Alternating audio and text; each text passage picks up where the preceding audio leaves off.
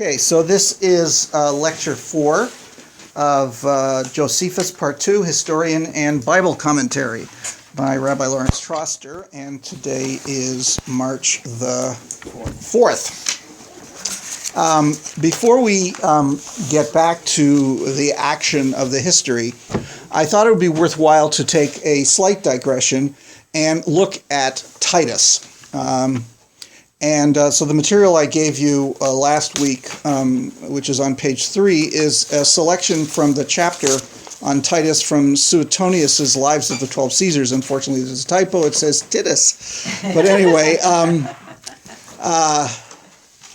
the reason why I'm doing this is because when we start looking at the narrative of the war, you will see that Josephus constantly praises Titus. Now, when Josephus wrote the war, it's very likely Titus was already dead, because he only reigned for a couple of years as emperor after his father.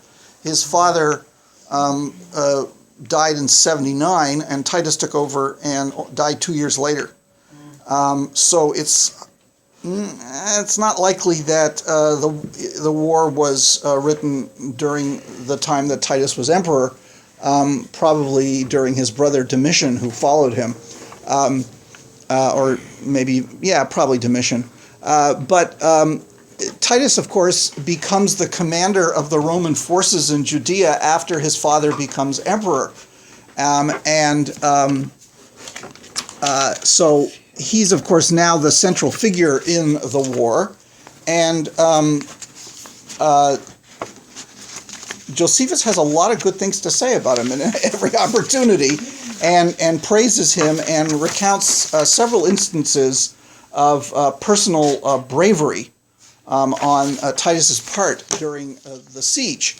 So I thought it would be kind of interesting to see the siege of Jerusalem. Yeah, during the siege of Jerusalem, because remember, by the time that there is a hiatus in the Roman attack in 69,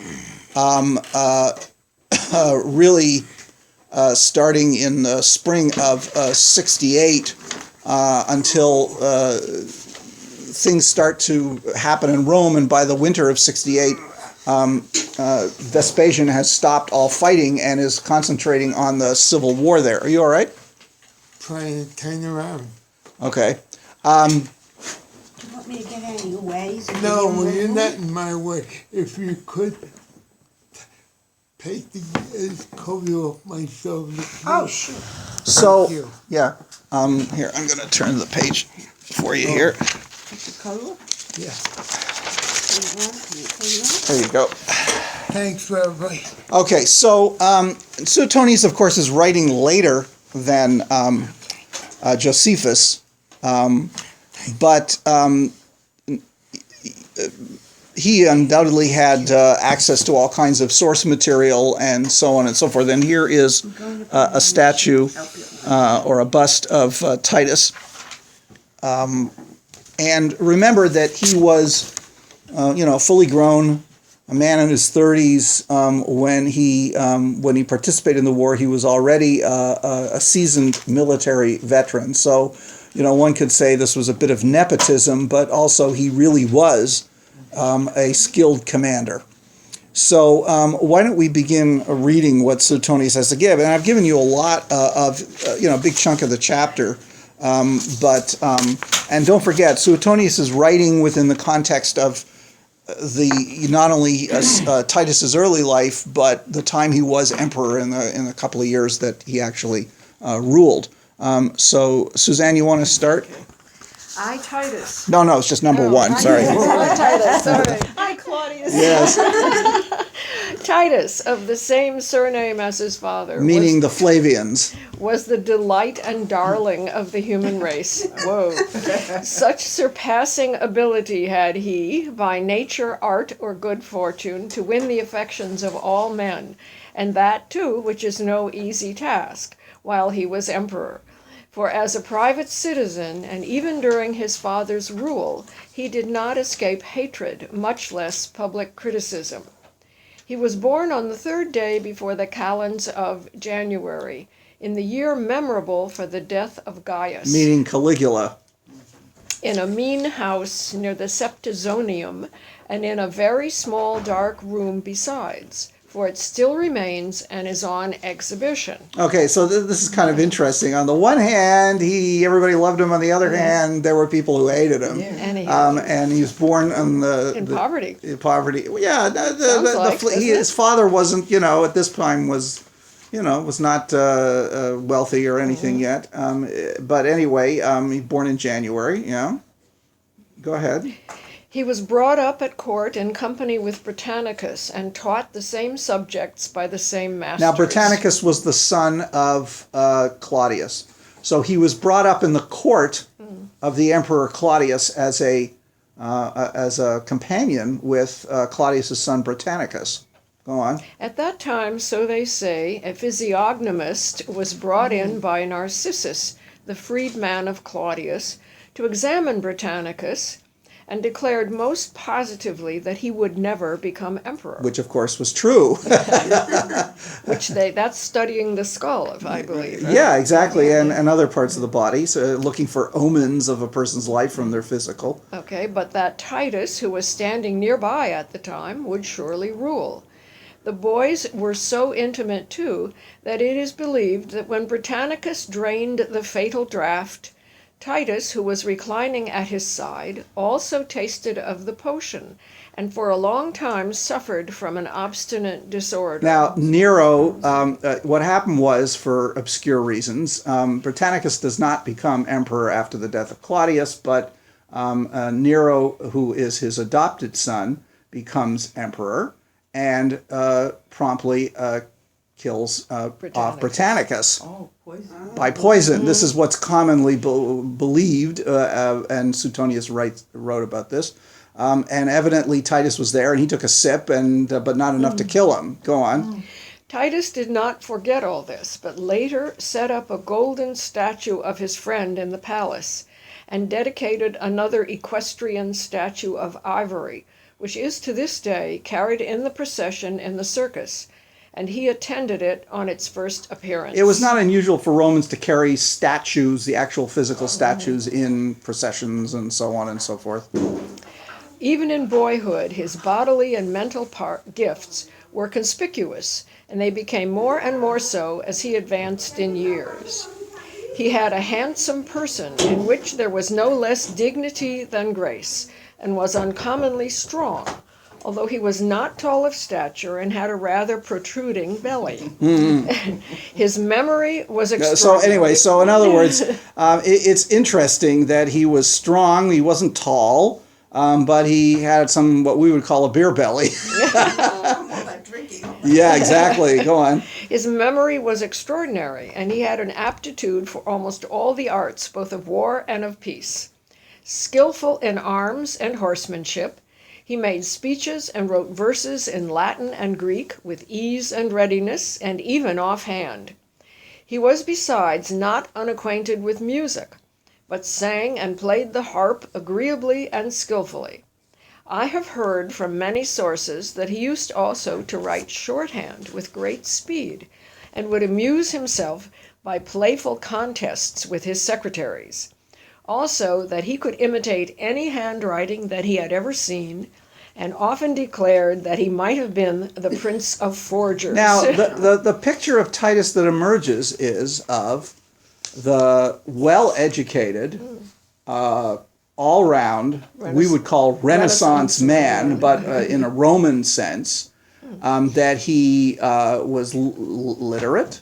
The fact that he could write shorthand was interesting because that was what the secretaries wrote quickly. They had a shorthand. He could imitate people's handwriting, but that he composed verses in both Latin and Greek. He had the skill of rhetoric to give speeches, which was considered extremely important for a political career, obviously. And he was strong. He rode a horse well. He knew how to, fight. So this is somebody who is the epitome of what a Roman nobleman should be like. I think that they also did not have any, in fact, they admired someone who could also write poetry. I think this was not, today you might look at some politician or some general who's writing poetry and you might wonder, is this a manly art? But I think they didn't see it that way. Exactly. In other words, they saw that a complete nobleman who could lead had to have both the art of war and the arts of peace and politics. All of these should be part and parcel of it, right? I think part of it is I think Suzanne makes a good point. We tend to, what's the use of the modern term, silo skills. If you're going to be a poet, you're going to be a poet. You aren't necessarily going to be a great politician, right? Or speaker, or you may not, or a warrior, or that sort of thing. But of course, the fact we know that soldiers do write. There are many soldier writers to this day of various wars, and of course, the First World War was renowned for the number of poets who wrote in the First World War, and also authors like Robert Graves and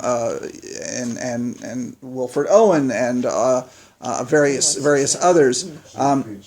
Yes, exactly. Sigrid Sassoon, some of whom were killed, during the war. And there was actually a very fine book by a person who taught at West Point, who taught English at West Point, and about what kind of, it just came out last year or the year before, what kind of books did she teach them, what kind of plays, what kind of poetry, what was the reaction of the people, the students at West Point, to literature, and in some cases, very specifically, war literature, starting with the Iliad, by the way. Okay, Irma, you want to pick it up at number 4? Now we're going to get his actual military career. I find this thing about he could imitate handwriting, kind of a bizarre attribute, I would have thought. Yeah, a little hobby he had. Yeah. All right, Suzanne, you want to pass the recording down to Irma? He served as military tribune both in Germany and in Britain, winning a high reputation for energy and no less integrity, as is evident from the great number of his statues and busts in both those provinces and from the inscriptions they bear. So, military tribune, if you remember, is the second highest commanding officer in a legion, serving directly under the legate, who was the commander of the legion. So he served with legions in Germany and Britain, and during this time there would have been wars in both places. There was always wars going on the border with Germany. And so he, and of course, commanders who showed great courage and skill, they would have statues made of them and busts and inscriptions, and he says they're apparently still there. Okay, go on. After his military service, he pleaded in the forum, rather for glory than as a profession, and at the same time took to wife Aracina Tertula, whose father, though only a Roman knight, had once been prefect of the Praetorian cohorts. Okay, so he got involved in politics. That's what it means, pleading in the forum, making speeches in the forum. And he married a woman who was of a lower social class than him, the next level. But his father-in-law had been a prefect of the Praetorian cohorts, which means he was a high officer in the Praetorian Guard, which would give him political status beyond his social status. Go on. On her death, he replaced her by Marcia Furnilla, a lady of a very distinguished family, but divorced her after he had acknowledged a daughter which she bore him. Now, did he divorce her because she didn't give him a son? We have no idea, but the point is... My interpretation was he got her in the family way and married her. And then divorced And then divorced her after. Could be, but evidently Too late. she was. He married up in the sense that she was from a very distinguished family. And go on then. Then, after holding the office of questor as commander of a legion, he subjugated the two strong cities of Tarichaea and Gamala in Judea, having his horse killed under him in one battle and mounting another, whose rider had fallen fighting by his side. We saw this. This was in Josephus, but so this is his. He is commanding one of the legions in his father's Galilee campaign, and so he distinguishes himself now we're in the war in Judea, and he has distinguished himself. Go on. Presently he was sent to congratulate Galba on becoming ruler of the state, and attracted attention wherever he went, through the belief that he had been sent for to be adopted. But observing that everything was once more in a state of turmoil, he turned back, and visiting the oracle of the Paphian Venus to consult it about his voyage, he was also encouraged to hope for imperial power. So this is referring to when Nero is overthrown and Galba is made emperor. Vespasian hears about it and sends Titus, and Herod Agrippa II goes with him. But then hearing as he is on his way there, now what he means by to be, belief he had been sent for to be adopted, I don't know what that means. I can't mean formal adoption. Maybe it means political favor or whatever. But the point is, he heard about the fact that Galba was assassinated, and he turns back, and apparently he stops at an oracle, and the oracle suggests maybe that he might become emperor. Couldn't it have perhaps been, I mean, I think they did adopt, maybe the emperor was going to adopt him in recognition of something? Could be.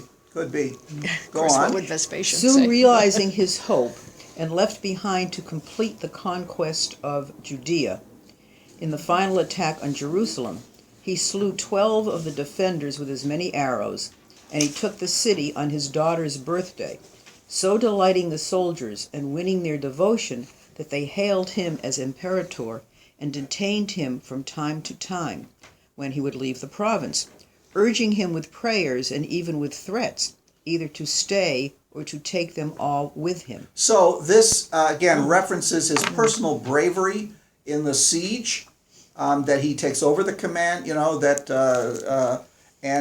what happens at the end of the war, this is in 70, in late 70, Titus leaves to go back to Rome, and some of the legions stay behind to mop up what's going on, and of course it's not till 74, till several years later, that everything is finally subdued because of Masada. But he, there's no point for him to be around at this point. It was a minor operation in many ways. The war was essentially over, and so he goes back to Rome. Okay. This aroused the suspicion that he had tried to revolt from his father and make himself king of the East.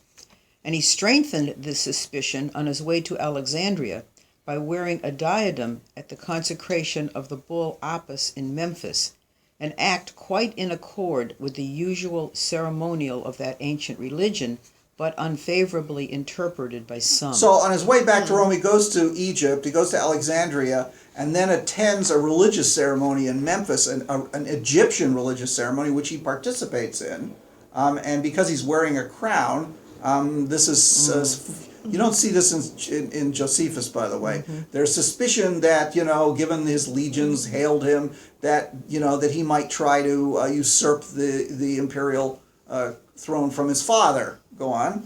Because of this, he hastened to Italy, and putting in at Rhegium and then at Puteoli in a transport ship, he went with all speed from there to Rome, where, as if to show that the reports about him were groundless, he surprised his father with the greeting, "I am here, Father, I am here." So, he was smart enough to know.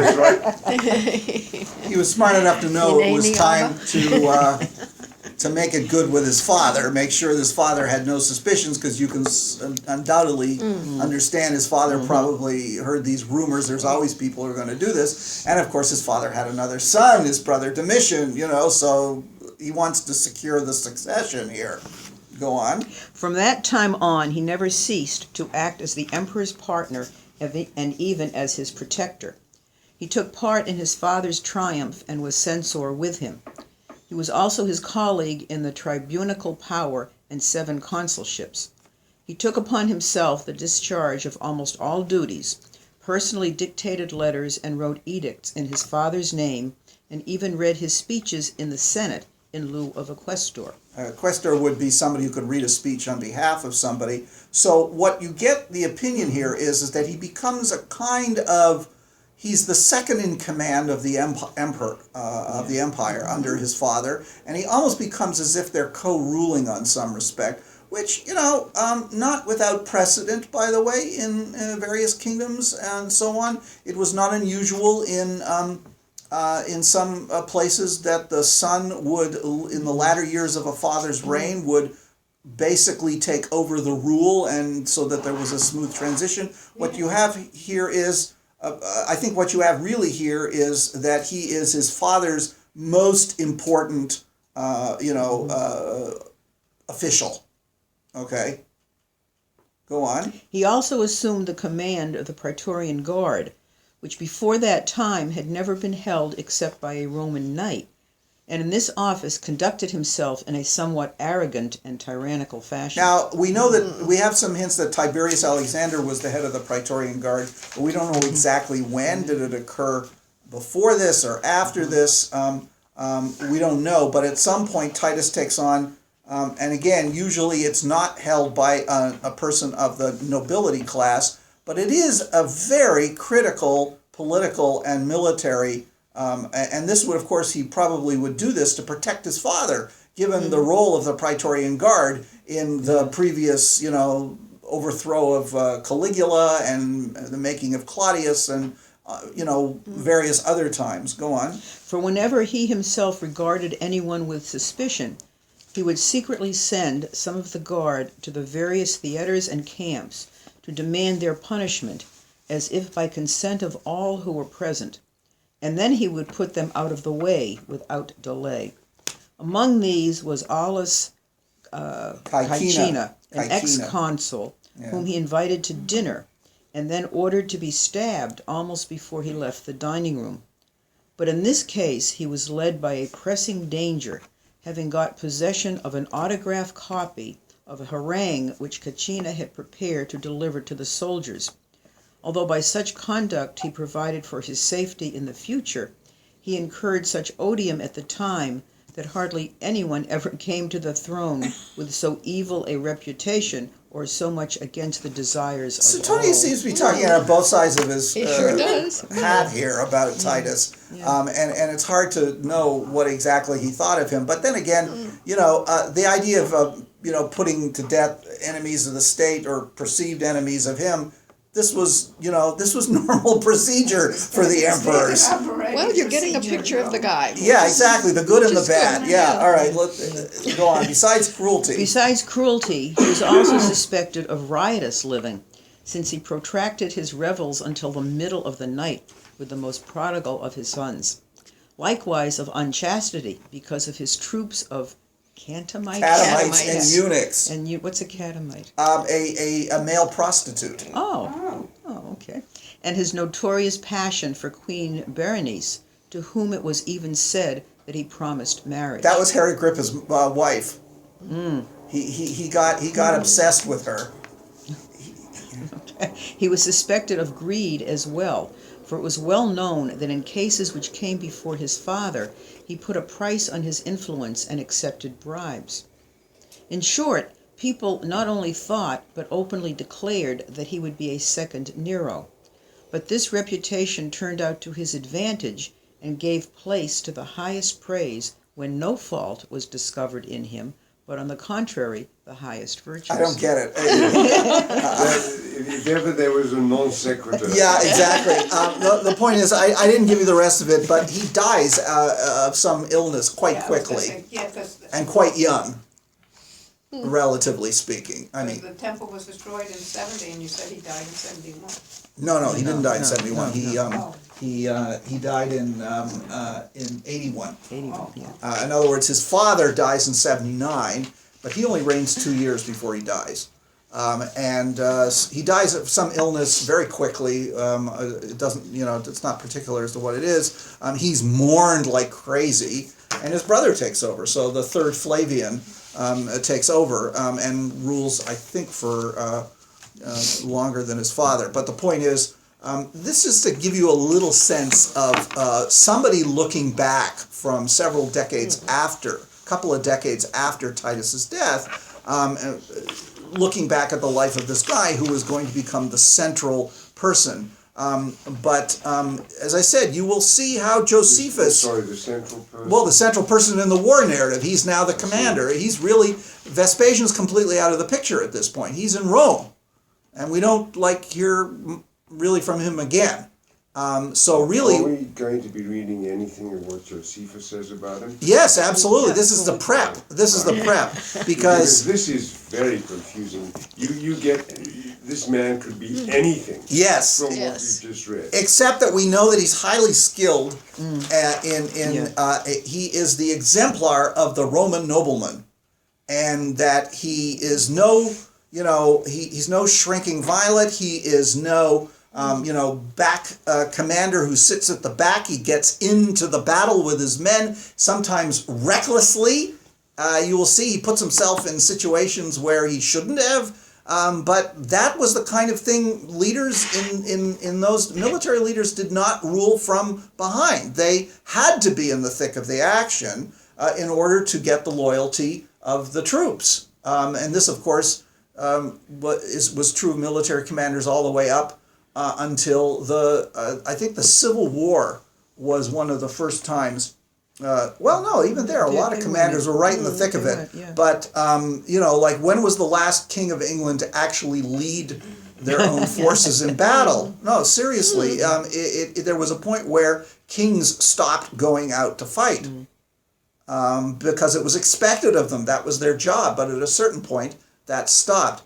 I don't think... Richard III died in battle. Right. Harold died at Hastings. Yeah, well, I'm trying to think. After Richard III, I don't think Henry VII was, in that battle. I don't think Henry VIII. I don't think Henry VIII actually ever led any troops in battle. Can't picture him. And of course, Elizabeth, Mary. No, I think that was the end because I don't think James or Charles I. I don't know whether Charles I led his forces personally in the Civil War in England or not. He might have, but he probably didn't. So it may be that Henry VII was the last English king to actually lead his troops into battle, because I can't think of any of the others after that who did in any way whatsoever. Okay? This sounds like he redeemed his reputation once he became emperor. Perhaps having gotten there, yes, he could... I don't know, but it's sort of, because when else could he have done it? Yeah, and he didn't have a lot of time to do it. I think it almost sounds to me like Suetonius is pasting together different sources by different people, the people who didn't like him and the people who liked him. So, it's hard to say. Yeah. Okay, so we're now going to, now it's kind of back on the ranch, the other ranch. During the time of the Year of the Four Emperors, what was going on in Judea? After all, Vespasian had reduced the entire country, except for the area around Jerusalem, but he withdrew, essentially. He left garrisons, but he had to pull back to deal with this other situation. So what is going on? And what's going on is internecine fighting continues, okay, of the worst sort prior to the siege itself. Here is on the first page of what I've given you is the first map of that fighting. We're talking about, but when we look at the chronology, it actually starts, we're going to start it in June of 68. So go to page 2. We'll go back to the maps as we need them. But page 2 goes back to June 68 from the time of Nero's death. What happens is that Simon ben Giora, who has come from Masada, where he was with the Sicarii, he begins to gather support and take over certain parts of Judea, and he attacks Jerusalem. And with some Idumean support, he takes over Idumea, and he now has a considerable body of troops, and he conquers Hebron, which is the ancient capital of Judea, by the way. That was the city of David, and proceeds to ravage the countryside, which means he's killing his own Jews, his fellow Jews, okay? In other words, anybody who opposes him. And then what happens is that the Zealots capture his wife. And Simon goes to attack Jerusalem, and basically he says, I'm going to break down the walls unless you send my wife back, and they agree. So then we see that in April 69 by this point Vitellius has become emperor. If you go on to page 3, you will see that remember, one of the interesting things is how Jerusalem becomes a place of refuge for refugees from various other places, because they assume there's food there and whatever. And but in the city itself, John of Giscala with his Galileans dominates the city and allows his followers to plunder the houses of the rich. Okay? So, then comes a really weird thing. This possibly happens during Purim, which is highly connectable today, since today is the fast of Esther and tonight begins Purim. And the Galilean followers of John dress as women and indulge themselves in feminine wantonness. And this is really bizarre. We know in later Jewish history that the prohibition on men dressing in women's clothing was lifted for Purim so that communities could put on Purim spiels, because men would play the female parts. But whether that idea goes back to this is highly unlikely. This is a really bizarre thing, but it might be because it was Purim. The question also is was Purim really celebrated in Jerusalem at this point? And I'm not sure it was. In other words, Purim wasn't universally celebrated at this time. It was only later that it really did. So I'm not sure this is in fact the reason for this. The square brackets are the person who developed this chronology's feeling of it. What happens is that there are still some Idumeans in Jerusalem. I mean, previously Josephus had claimed they'd all left the city, but evidently some of them were still there. And now we are in the spring of 69, they decide to attack him, and driving many of his zealots into one of the palaces and then the temple, seizing the goods, and attempting to take hold of the city. And that's where the first map is about. In other words, what you see in April of 69 is that John Giscala and his Galilean zealots are essentially confined to the Temple Mount and surrounding area, including the Antonia fortress, which is the little square thing with the 4 towers on it, like right there. And the Idumeans seem to have the lower city and parts of the upper city within the third wall. And outside you've got Simon ben Giora coming along. And there still are some moderates in control, apparently, of one part of the upper city, around the main gate, and the Herod's palace, okay, and the citadel. So you've got, the city is now split essentially into 3 areas, with a 4th group threatening to come down upon them. And that's April of 69. Anyway, Simon ben Giora is allowed into the city in order the chief priests and the Idumeans and the wealthy citizens decide they can't stand John anymore. Again, there may be a class warfare part of this, and they invite Simon into the city. And of course, this is Josephus thinks this is a stupid move because he's going to be worse than John is going to be.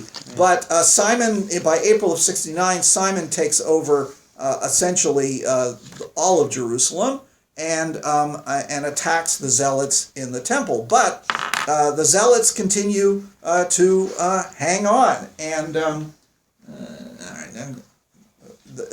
what we're talking about is that they built towers and they've got ballistae and all this kind of stuff. And don't forget the temple is one of the higher elements, and the walls around the Temple Mount were had porticos and various things. And by this point, they're becoming heavily fortified. All right. So in June of 69, this is sort of the end of Vespasian's campaign. He does advance upon Jerusalem, but by late summer, he has gone back. He goes back to Caesarea, and that's when, of course, Josephus is freed in December of 69. Vespasian becomes emperor, and Titus is sent to take up the situation. But the situation, of course, he's got to gather his forces and so on and so forth. So what happens in late of 69 is that Eleazar, son of Simon, breaks away from John, who was one of the zealot leaders. And now we're into if you look at the map on page 2, this is this map of December 69. Eleazar splits away from him. Now what you have is on the Temple Mount, you have two groups. You have John of Giscala with his Galileans and some zealots, and then you have Eleazar with his zealots, and the rest of the city is in the control of Simon ben Giora and the Idumeans and what's left of the moderates. Okay? If you go to page 4, Josephus describes this as a faction within a faction, which is like some raving beast for lack of other food, at length preyed upon its own flesh. Again, that shows you his attitude towards what's going on there.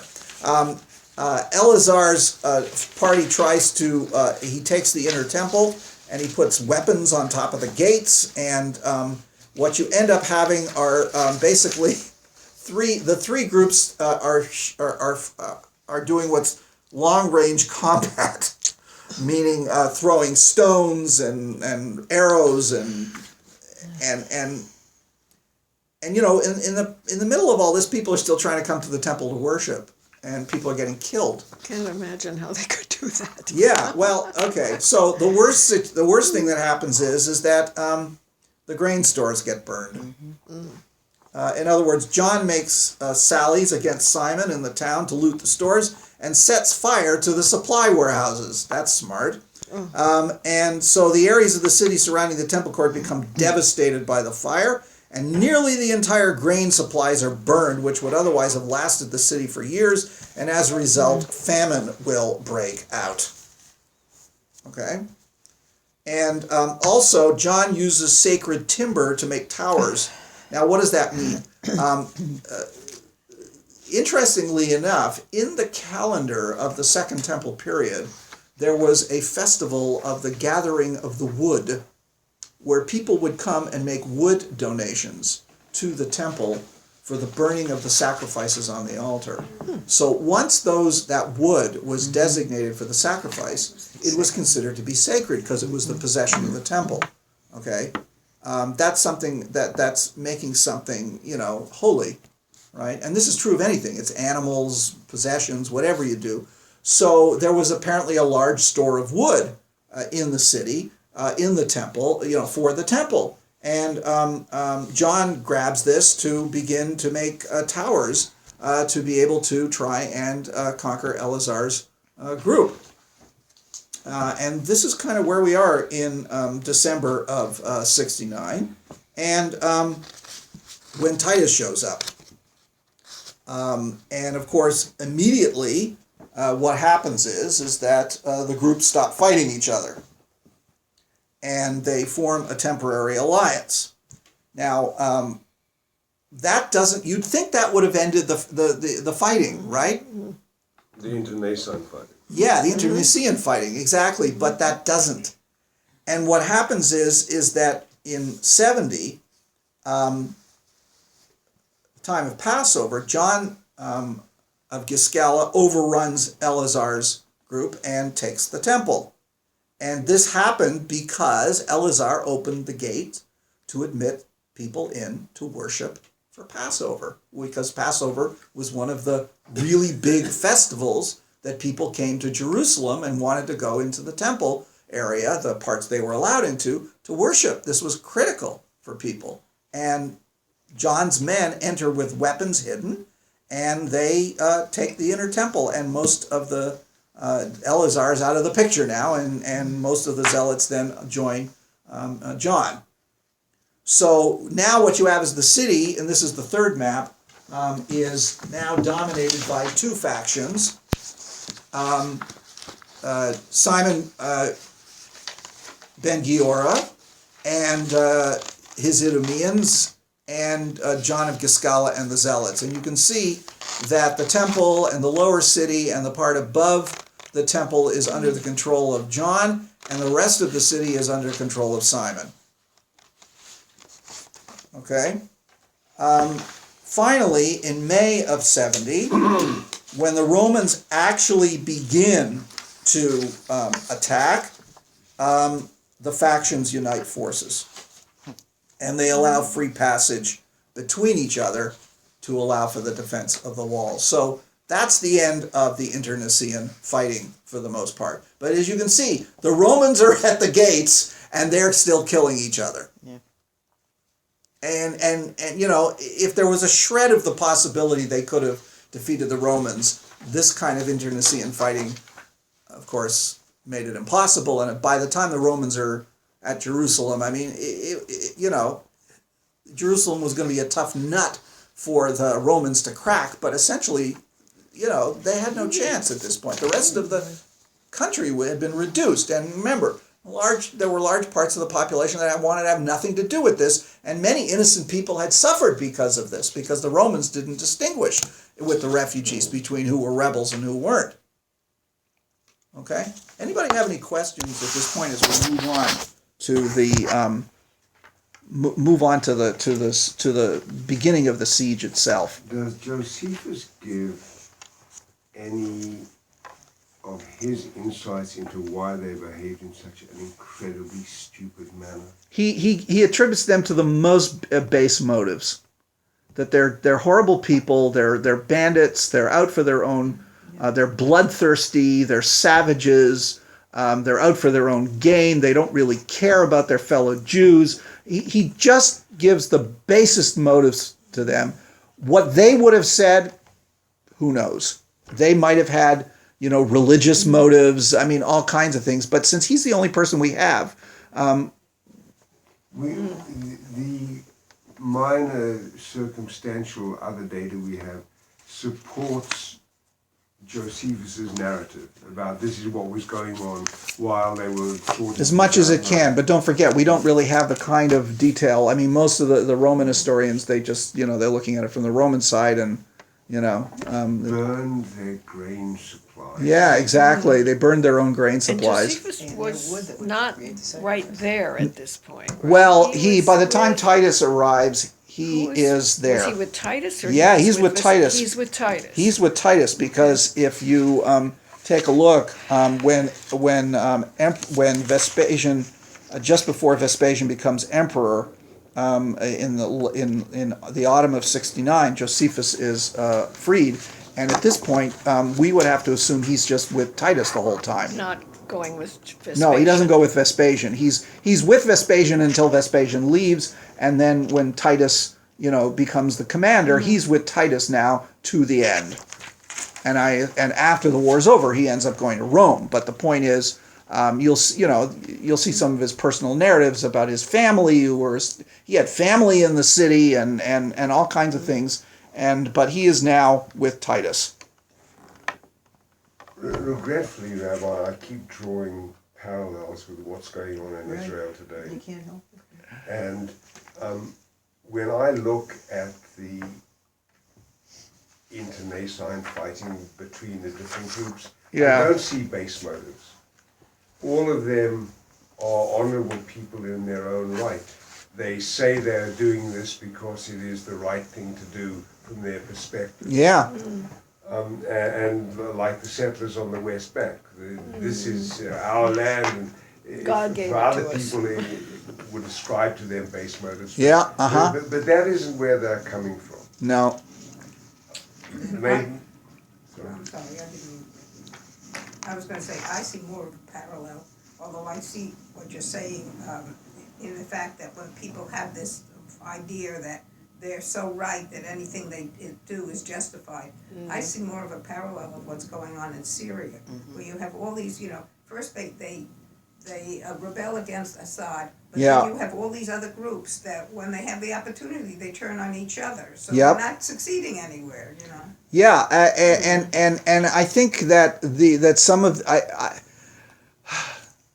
people's motivations are quite difficult, especially at this far remove and with only one source.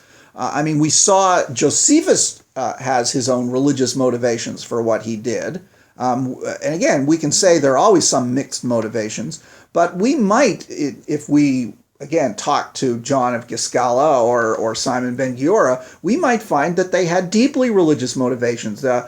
Many people feel that they were kind of messiness. They were expecting God to intervene at the last minute, that it was the time of the Messiah, it was the end of days, whatever. I mean, we could look at it perfectly from that perspective, that when you get people like that, you're right, you end up with situations where for this higher ideal, we can do anything we want. And I think that, Jackie, I think you're connecting with like ISIS is nuts. Not even ISIS, but there's a Yeah, lot of but other groups around. but people ISIS is people have been talking about ISIS as a kind of nihilistic death cult, because their ideology has gotten to the point where they feel that everything they do, no matter how horrendous, is legitimate for based on their ideology. And one could see, the Sicarii certainly believed that way. I mean, they were killing their fellow Jews. In other words, and what you get here is Jews killing each other. So to just say that it was about greed is stupid, because if you're that greedy, you wouldn't want to be in Jerusalem when the Romans arrived. What would be the point? So there has to be some kind of underlying ideology. regretfully, Rabbi, I come down to the impression this is just religious fanaticism in that time. Well, again, what did they hope to achieve? Were they hoping that the Parthians would come in and save them? Did they believe that God was going to ultimately intervene? These are all possibilities. Maybe they felt if they killed enough Roman soldiers at the siege, the Romans would say, "Oh, this is not worth it," which isn't the way the Romans worked. It's really hard to tell. So let's go now to page 5. But this is an interesting little map I'm showing you here, which shows you the topography, just so you get an idea.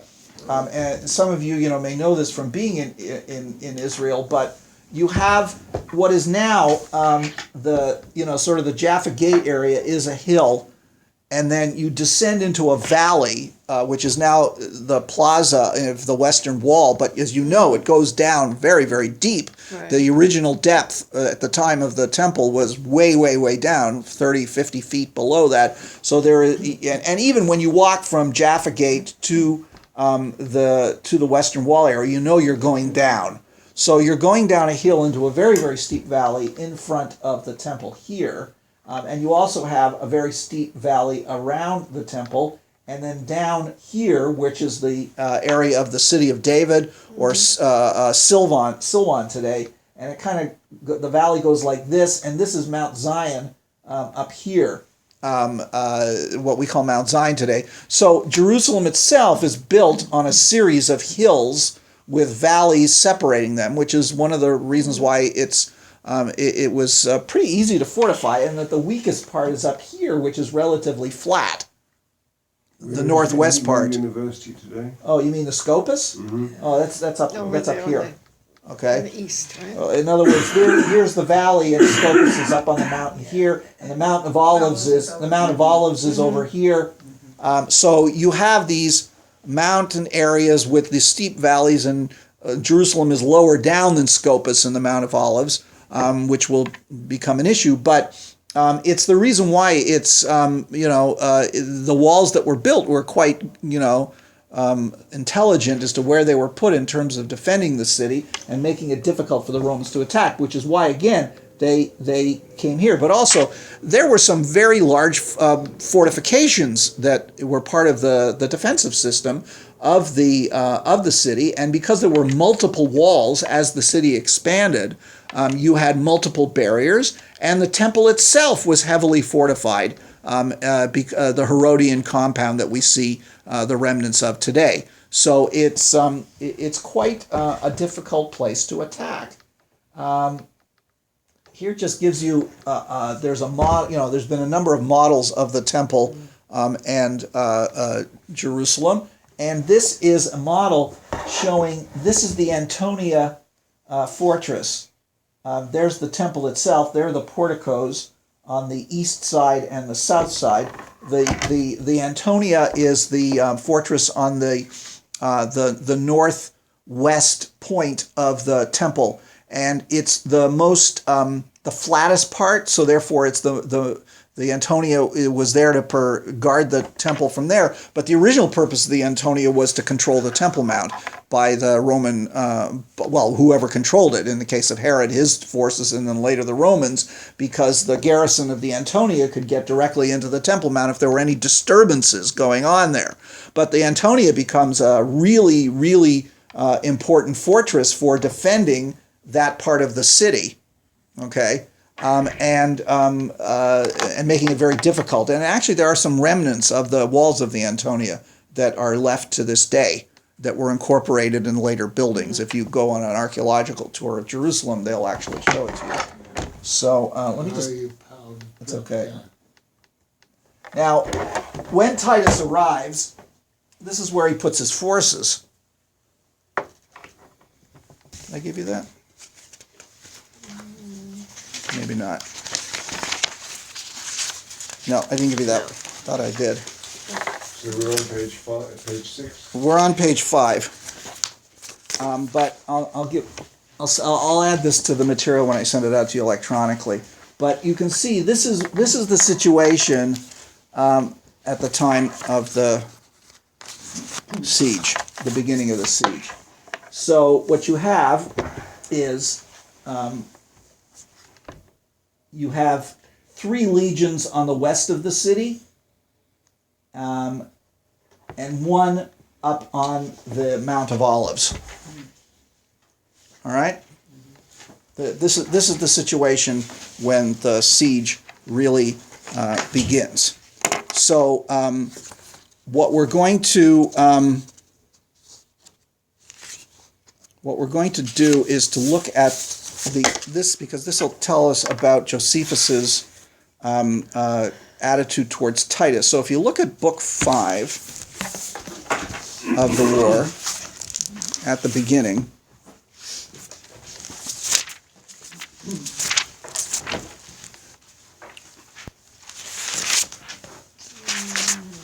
Beginning would be page 835. 835. And we're looking actually we're going to a couple of, we're going to 837. Line 40. This is chapter 5, book 5, chapter 1, section 6, line 40, which is at the bottom of 837. And this is when Titus marches out from Caesarea, and will give you a sense of Josephus, first time Josephus's understanding of Titus. So, Jackie, do you want to read there where it says for Titus? For Titus, when he had gotten together part of his forces about him, and had ordered the rest to meet him at Jerusalem, marched out of Caesarea. He had with him those 3 legions that had accompanied his father when he laid Judea ways, together with the 12th Legion, which had been formerly beaten with Cestius. which legion, as it was otherwise remarkable for its valor, so did it march on now with greater alacrity to avenge themselves on the Jews, as remembering what they had formerly suffered from them. So he's got 4 legions, which is a minimum of about 40,000 men, including the 12th Legion, which is the one that had been defeated by the Jews when, in the initial attempt to suppress the revolt, had been defeated at the Battle of Beth Horon under Cestius. So this legion is now part of it and wants to regain its honor for its previous defeat. Go on. Okay. Of these legions he ordered the 5th to meet him by going through Emes on the 10th to go up by Jericho. He also moved himself together with the rest, besides whom marched those auxiliaries that came from the kings, being now more in number than before, together with a considerable number that came to his assistance from Syria. Those also that had been selected out of these 4 legions and sent with Mucianus to Italy had their places filled up out of these soldiers that came out of Egypt with Titus, who were 2,000 men chosen out of the armies of Alexandria. There followed him also 3,000 drawn from those that guarded the river Euphrates, as also there came Tiberius Alexander, who was a friend of his, most valuable, both for his goodwill to him and for his prudence. He had formerly been governor of Alexandria, but was now thought worthy to be general of the army under Titus. The reason of this was that he had been the first to encourage Vespasian very lately to accept his new dominion, and joined himself to him with great fidelity, when things were uncertain and fortune had not yet declared for him. He also followed Titus as a counselor, very useful to him in this war, both by his age and skill in such affairs. The assumption is he's maybe a little older than Titus, but Tiberius Alexander, the nephew of Philo, is now the second in command of the forces in Judea. He's essentially Titus's chief of staff. Which is, again, it always amazes me that this guy, son of one of the most prominent Jewish families of the late Second Temple period, goes completely over to the Romans as far as he did. But who knows? Wouldn't it be interesting if we ever found his memoirs, if he ever wrote them, right? Okay, so what's going on is he is gathering together a huge force, and not only these legions, but extra. He's drawn from the garrisons on the border with the Parthians from the Euphrates. He's got troops from Syria.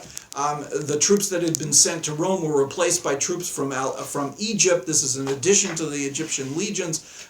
He's got this mass, and of course all the local vassal kings, including Herod Agrippa II, by the way, are supplying him with troops, which means there could be Jewish soldiers fighting on the side of the Romans.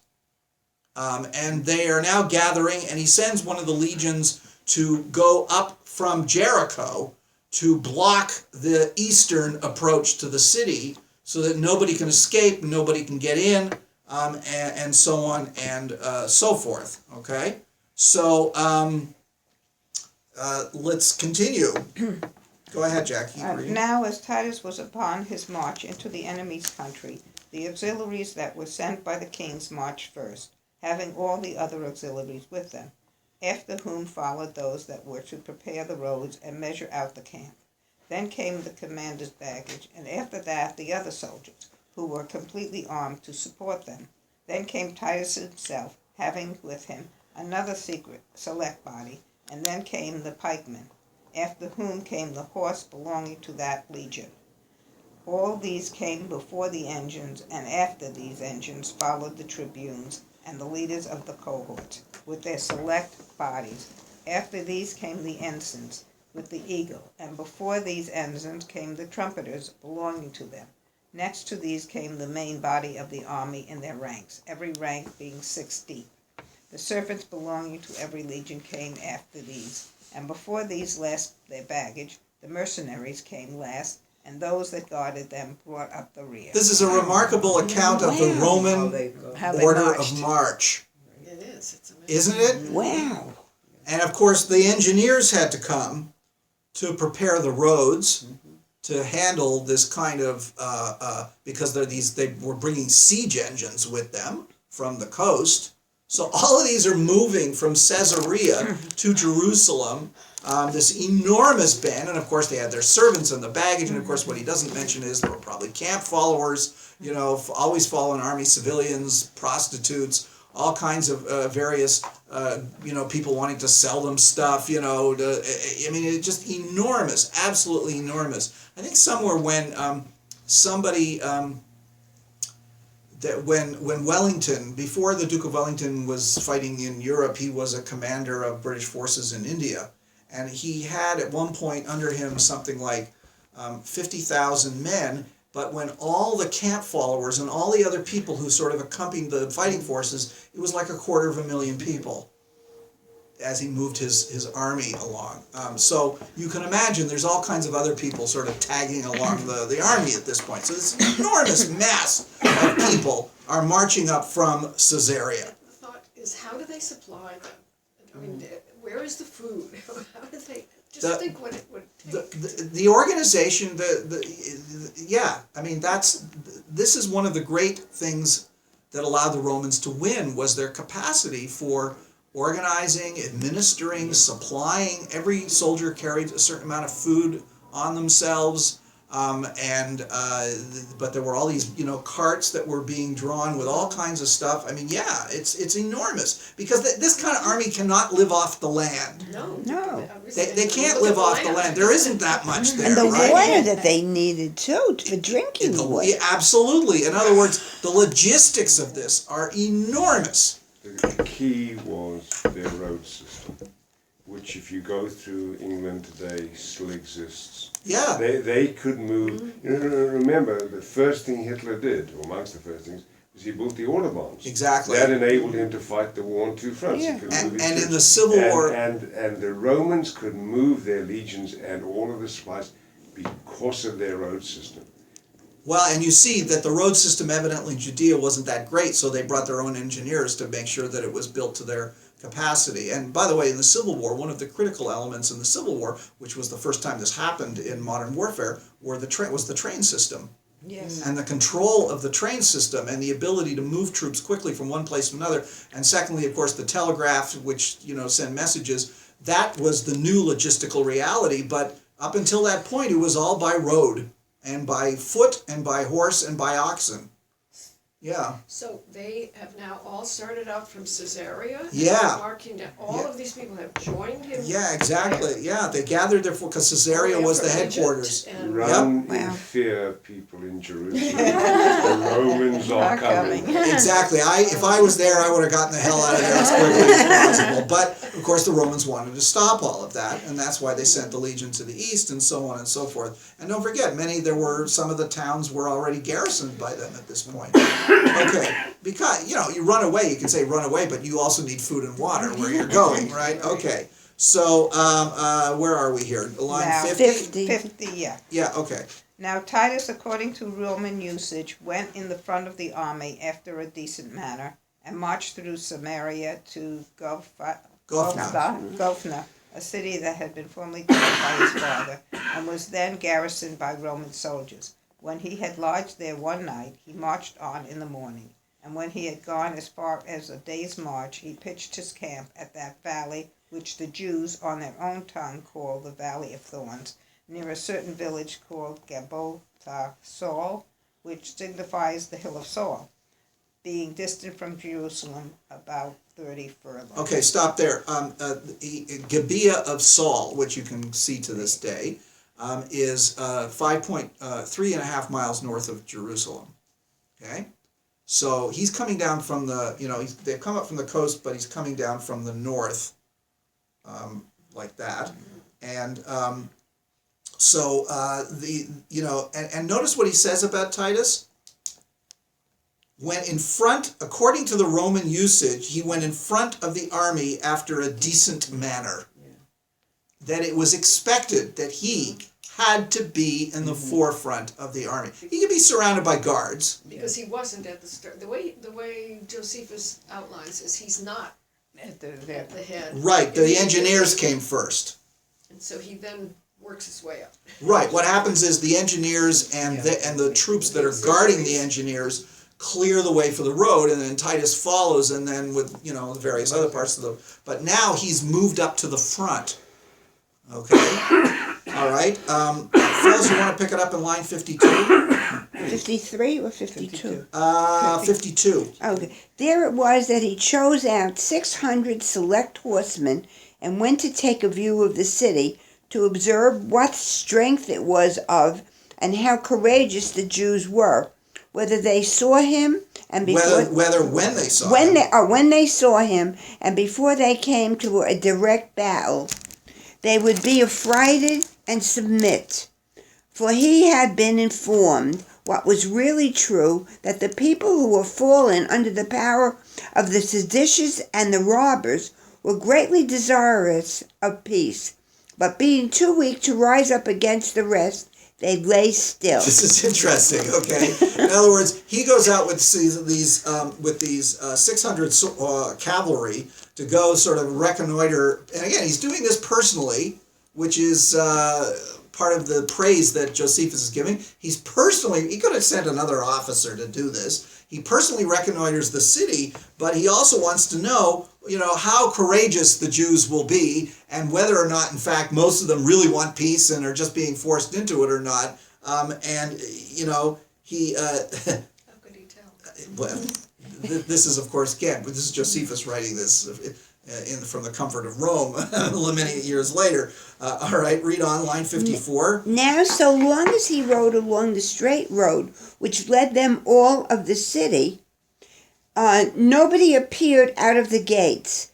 But when he went out of that road and declined toward the tower Sephinus, and led the band of horsemen obliquely, an immense number of the Jews leaped out suddenly at the towers called the Women's Tower, through that gate which was over against the monuments of Queen Helena, and intercepted his horse. And standing directly opposite to those that still ran along the road, hindered them from joining those that had declined out of it. They intercepted Titus also with a few others. Now it was here impossible for him to go forward, because all the places had trenches dug in them from the wall to preserve the gardens round about, and were full of gardens obliquely situated, and of many hedges. And to return back to his own men, he saw it was also impossible, by reason of the multitude of the enemies that lay between them, many of whom did not so much as know that the king was in any danger, but supposed him still among them. So what happens is that he goes off the road and gets separated from him with some of his men. Gets separated from the rest, and they cut him off, and he's kind of trapped between the wall and the rest of his men. And notice that Josephus calls him king, which again is he shouldn't be doing that in this, but nonetheless, he and sometimes, by the way, he refers to Titus as Caesar. So he's using his subsequent status rather than his real status. I was just trying to find a map of the map of Jerusalem we had from before. But anyway, the point is, this is all part of the north part of the city, in the area of the third wall area, so that's kind of where all this is happening. Okay, so here it is. In other words, it's kind of up. It's not, even this map doesn't show it. This is where the third wall. Handouts, well, it was from the first part. I think it was from lecture 1 of the part 1. Anyway, the the point is, it's Jerusalem in happening. the 1st century. Yeah, the problem is this doesn't really show it because it doesn't show the third wall, but it's kind of north, up here. Okay, go on. Okay, so he perceived that his preservation must be wholly owing to his own courage, and turned his horse about, and cried out aloud to those that were about him to follow him, and ran with violence into the midst of his enemies, in order to force his way through them to his own men. And hence we may principally learn that both the success of wars and the dangers that kings are in are under the providence of God. For while such a number of darts were thrown at Titus, when he had neither his headpiece on nor his breastplate, for as I told you, he went out not to fight, but to view the city. Change darts to spears. Yeah. None of them touched his body, but went aside without hurting him, as if all of them missed him on purpose, and only made a noise as they passed by him. So he diverted those perpetually with his sword that came on his side, and overturned many of those that directly met him, and made his horse ride over those that were overthrown. So notice how Josephus throws in this bit about divine providence, because everybody's throwing spears at him, none of them touch him. You know, he's not properly armored, he doesn't have his helmet on, he doesn't have his breastplate on. He's able to, sort of whack people away from, on the one hand with his sword, on the other hand he uses his horse to trample them, which by the way, war horses were trained to do that. Okay, that was not unusual for war horses to be trained to trample people in front of them with their hooves in battle. Go on. The enemy. The enemy, indeed, made a great shout at the boldness of Caesar, and exhorted one another to rush upon him. Yet did those against whom he marched, fly away, and go off from him in great numbers, while those that were in the same danger with him kept up close to him, though they were wounded both on their backs and on their sides, for they had each of them but this one hope, escaping, if they could assist Titus in opening himself a way, that he might not be encompassed round by his enemies before he got away from them. I can interpret this in a different way, that instead of, the men who are trying to keep close to him because he's breaking through, they in fact are the ones that are stopping him from being wounded by being around him, so that when they're the ones who are getting hit by the missiles, essentially. Okay? Go on a little further. Now there were two of those that were with him, but at some distance, the one of whom the enemy encompassed round, and slew him with their darts, and his horse also. But the other they slew as he leaped down from his horse, and carried off his horse with them. But Titus escaped with the rest, and came safe to the camp. So this success of the Jews' first attack raised their minds, and gave them an ill-grounded hope, and this short inclination of fortune on their side made them very courageous for the future. Okay, so this I wanted to read this incident because it gives you a sense of how Josephus is describing Titus. And notice he refers to him as the king, and Caesar, which is, improper in actually his status at the time. But this shows his personal bravery, the fact that God is favoring him. It's part and parcel of the portrait that Josephus does of Titus. So if we go back to the chronology on page 5, what happens is that finally the legions now assemble around Jerusalem and make camp. And one of the things is that it says, he very specifically, Josephus in the next paragraph, talks about the mountain called Scopus. It was known by then all the way back from that. And then, so one legion, so the headquarters that Titus sets himself is on Mount Scopus, which is why that picture of the temple, that's the view he would have gotten from Scopus, or some of the views he would have gotten looking over it. And then the 10th Legion goes on the Mount of Olives. So, so here's the 10th. Here,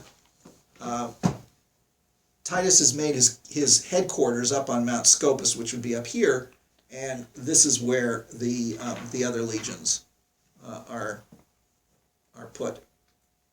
Okay. Okay. So what happens is that the factions have continued to fight, but now the grain has been burned, and finally they make an alliance with them. And then what happens is an interesting point. A group of Judeans cross the valley here and attack the 10th Legion up on the Mount of Olives. And it's a surprise legion, and they panic.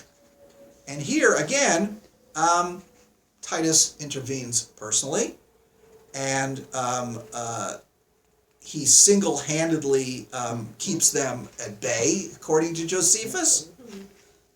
And so, according to Josephus, he rescues this legion from total disaster. Are you going to read that? Yeah, you want to take a look at it? Oh, yeah. Sure, look at line 72, which is on page, the next page, 840. Actually, it starts at the bottom of 839. We could actually just start on line 71. So, Phil, you want to read a little more? Sure. Now. Sorry. You skipped one. Did I skip you? Yes. Yes. Oh, then it's Robert's turn. Okay, I'm very looking forward to this one. go ahead. This is going to Everybody be a gets good their one. turn. Everybody gets their turn. Now, when hitherto the several parties in the city had been dashing one another perpetually, this foreign war now suddenly came upon them after a violent manner, put their first stop to their contentions one against the other. And as the seditious now saw with astonishment the Romans pitching 3 several camps, they began to think of an awkward sort of concord, and said to one another, "What do we hear, and what do we mean, when we suffer 3 fortified walls to be built to coop us in, that we shall not be able to breathe freely, while the enemy is securely building a kind of city in opposition to us, and while we sit still within our walls, and become spectators only of what we are doing, with our hands idle, and with our armour laid by, as if they were about somewhat that was for our good and advantage? We are, it seems," so they did cry out, "only courageous against ourselves, while the Romans are likely to gain the city without bloodshed by our sedition." So they're saying, what are we fighting for? What are they referring to is the Romans are methodically building fortified camps, walls, to protect their forces, to prevent people from coming out, so that if the Jews come out of the city to attack the Romans, they will be, in other words, in the ancient siege warfare, you build you build walls around the walls. Go on. Thus did they encourage one another when they were gotten together, and they took their armour immediately, and ran out upon the 10th Legion, and fell upon the Romans with great eagerness. Now this is not an easy thing to do, because they've got to go down into the valley and up. I mean, if you've ever been there, you know it's very steep. In other words, if you go to the east wall of the Temple Mount, it's the road that comes up. It goes really down deep, and then a very steep hill up the Mount of Olives. Okay, go on. And fell upon the Romans with great eagerness, and with a prodigious shout, as they were fortifying their camp. These Romans were caught in different parties, and this in order to perform their several works, and on that account had in great measure laid aside their arms.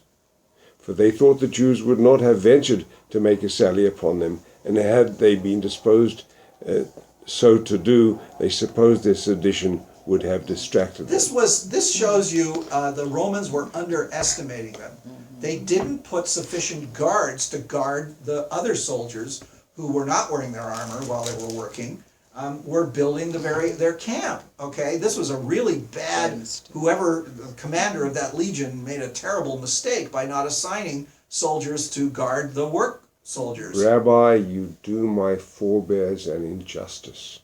I look at it differently. Yeah. This shows the brilliance of the attack of the Jews. Well, they could see what was going on, and war is often won by those who make the fewest mistakes. Okay, and they underestimated the Judeans as to they figured, well, they're fighting amongst themselves, they're not going to bother us. Okay, go on.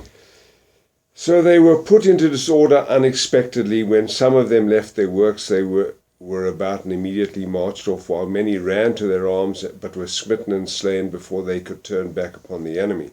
The Jews became still more and more in numbers, as encouraged by the good success of those that first made the attack, and while they had such good fortune, they seemed, both to themselves and to the enemy, to be many more than they really were. The disorderly way of the fighting at first put the Romans also to a stand, who had been constantly used to fighting skillfully in good order and with keeping their ranks and obeying the orders that were given them.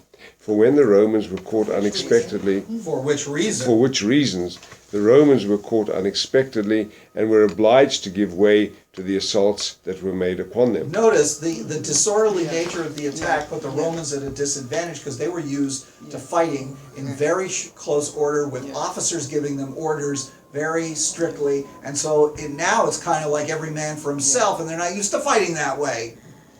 Go on. Now, when these Romans were overtaken and turned back upon the Jews, they put a stop to their career. Yet, when they did not take care enough of themselves to the vehemency of their pursuit, they were wounded by them, but, as still more and more Jews sallied out of the city, the Romans were at length brought into confusion and put to flight and ran away from their camps. Nay, things looked as though the entire legion would have been in danger unless Titus had been informed of the case they were in and had sent them succour immediately. So he reproached them for their cowardice and brought them back that were running away, and fell themselves upon the Jews on their flanks with those select troops that were with him, and slew a considerable number and wounded more of them, and put them all to flight, and made them all away hastily down the valley. Okay, That's all I have to say about how we rescued them. That's Now all these Jews suffered greatly in the declivity of the valley, so when they were gotten over it, they turned about and stood over against the Romans, having the valley between them, and there fought with them. Thus did they continue the fight till noon, but when it was already a little afternoon, Titus set those that came to the assistance of the Romans with him, and those that belonged to the cohorts, to prevent the Jews from making any more sallies, and then sent the rest of the legion to the upper part of the mountain to fortify their camps. okay. We can stop there. I mean, the rest of the incident goes on about it is that, but the fact is, again, the initial there's this initial attack on the 10th Legion that almost succeeds, but Titus, by his great bravery, of course, brings them to to a halt. We've got to read line 96 on the next page. Okay, yeah, all right. Line 96. Yeah. Titus also. Robert, what are you? Titus also pressed upon those that were near him, and sent the legion again to fortify the camps, while he and those that were with him before opposed the enemy and kept them from doing further mischief, insomuch that, if I may be allowed neither to add anything out of flattery, nor to diminish out of envy, but to speak the plain truth, Caesar did twice deliver that entire legion when it was in jeopardy, and gave them a quiet opportunity of fortifying their camp. There we go. So Titus comes to the rescue again. Thank you. What happens is that Josephus then describes how John of Giscala ultimately kicks out Eleazar's zealots, and he gives them he gives the number of troops that they have. It appears that Simon has 15,000 men. John has about 8,000 men. But the city is the region between the two of them, the control has been reduced to ashes because they burned down the response. Josephus then in line 114, which is on the next page, is sent to try and get the to tell the rebels that that Titus wants to have peace negotiation, but he doesn't get any responses. So then Titus does what one does. He levels the area around in the suburbs outside the walls, because evidently there are some parts of the people started even beyond the third wall. He flattens the space from Scopus to the city walls. I don't quite know how he does that. And essentially now, what we're going to have is a blow by blow of what happens during the siege. Josephus, of course, had previous in chapter 4. However, is a after this whole situation regarding the whole of the 10th Legion and various early attacks and so on. Chapter 4 of Book 5 is a description of Jerusalem. And then in chapter 5, so chapter 4 is a description of Jerusalem, chapter 5 is a description of the temple. And both of these things are really important for historians. And this is where archaeologists have been very interested in his description of these things and see how they matched up with the excavations. And they're pretty accurate. In other words, he knew the city, he knew the temple, he lived there, he was a priest, and so his descriptions are actually have been found more or less to be fairly accurate from anything that the archaeologists have found in digging from this particular period of time. Does anybody have any final questions at this point? I'm sorry we didn't get to you today, Paul, but we will get to you. We'll start with you next time. Anybody have any final questions for today? What we're going to do next week is I want to finish the war next week. We'll try and finish the siege. I only want to touch briefly on Masada because the story is well known, but we'll touch on it very, very briefly. And so that so this will allow us to have several sessions devoted to studying Josephus as a commentator on the Hebrew Bible. Okay? All right, if I can have that, I'm going to turn it off.